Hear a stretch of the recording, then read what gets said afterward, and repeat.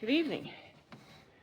So I'm in one of my horse's stalls, putting water in his buckets, and turns out that it's a stall that I somehow skipped over when I was filling the water buckets. And it's okay, bud. It made me think of, obviously, I realized it, and I'm now filling them and not leaving my horse without water tonight. But it kind of makes me say, hey, make a habit. You know, even if you think you've accomplished or completed all your chores, make a habit of checking your horse's amenities, if you will, when you put them in their stalls. Make sure that there is a pile of hay if you know they're supposed to come in and get their hay. Make sure that you did give them their grain if they're supposed to have grain waiting for them. And always glance over and make sure that you see water to the top of their water buckets. You know, things happen. You get distracted. You go from one horse to another and not remember that you didn't do that other horse or whatever. So, perfect example, he's a horse that I usually do first.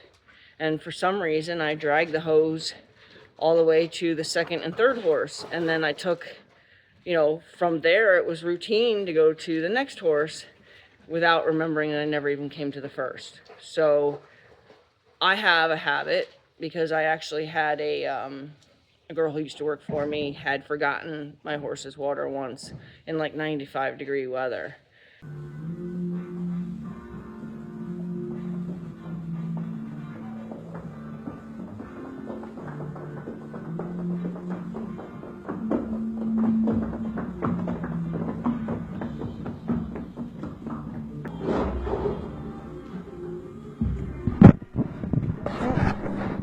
This is why it's important to always check, even when you trust the people to do your stuff.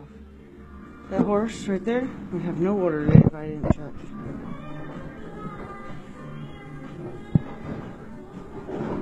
Well, might as well check the rest. I already checked the ones that come in. I check them as they come in.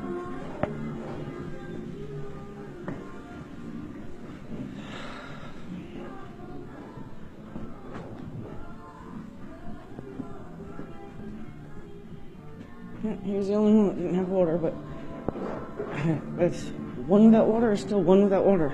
And it was the first time that I realized the value of when I bring horses in, I do almost like a visual checklist. Like, hey, yep, I did the hay. Yep, I gave him grain. Yep, there's water. Where, you know, maybe because I had done all that prior to the horses coming in, I may not have done that extra checklist. And I'm very grateful that, you know, like tonight, yes, he has hay, he's eating his grain. Oops, I didn't do the water. He needs to slow down in his eating too. He's being very, very... Slow down, Tyson.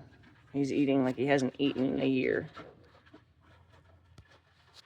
So, anyway, just kind of like create habits for yourself that prevent you from leaving a horse without food, leaving a horse without water, especially in temperatures that could warrant it being very dangerous. Not that it wouldn't be very dangerous otherwise, you know, without water, but, you know, 95-degree day was the day that I realized that, wow, good thing I check.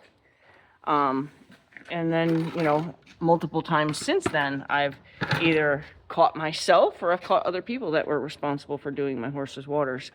You know, it happens. So just make a really, really strict habit with yourself to just take a good glance in that stall when you bring the horses in, and they're going to be in for a period of time. Are all those things done?